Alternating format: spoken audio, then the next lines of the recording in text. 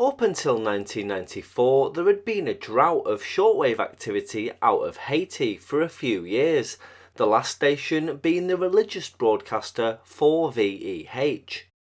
The US government, however, during 1994 was broadcasting to Haiti from a US Air Force C-140, a modified Lockheed Jetstar aircraft.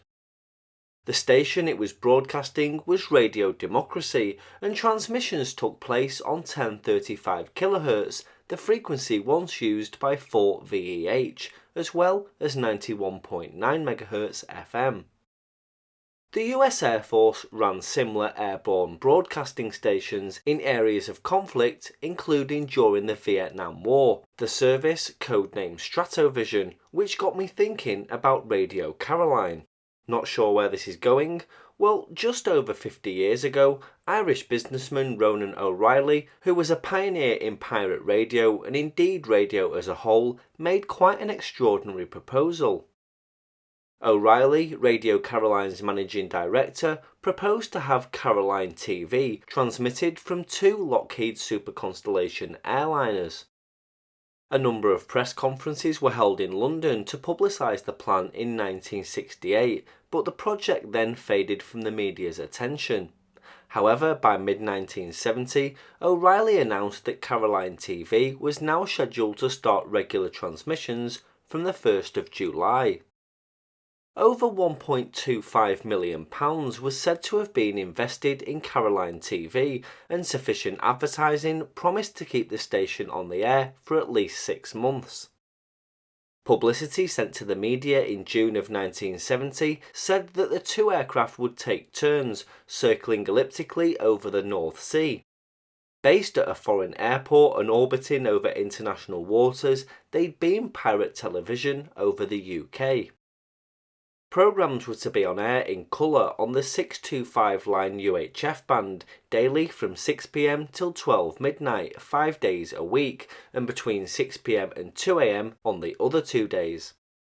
Programme plans included a 2-hour daily pop show, a chat show called Out of Your Mind, feature films, documentaries, series, cartoons and news. Each plane was to have an onboard studio for news broadcasts and live interview inserts. This somewhat doubtful but amazing sounding project received much publicity in the press, but never actually got off the ground, no pun intended. Despite the extensive publicity, no broadcasts were ever made by Caroline TV, and Ronan O'Reilly blamed the failure on the withdrawal of support from advertisers and backers in the face of British government pressure. The story, however, goes back further than this.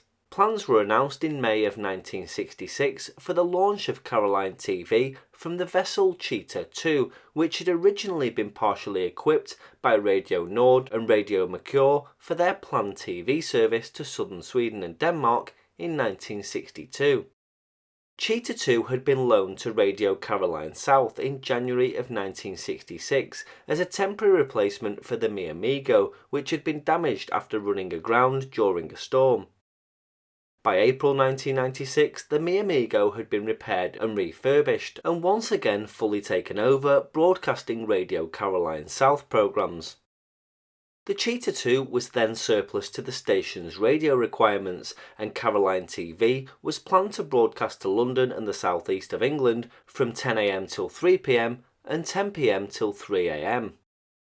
An alternative plan was also announced by Philip Solomon of Radio Caroline for using the Cheetah 2 to beam television and radio programmes to Wales and the west of England from the Bristol Channel. This plan was taken very seriously by the then local independent television contractor TWW, which threatened to boycott any film distributors who supplied the proposed rival offshore television station with programme material. However, problems with the physical condition and legal ownership of Cheetah 2 prevented either of these offshore television plans coming to fruition. Ronan O'Reilly started to plan Caroline Television from the air in 1968, shortly after the enforced closure of the two Caroline radio stations, and this is where the Lockheed Constellation story came about.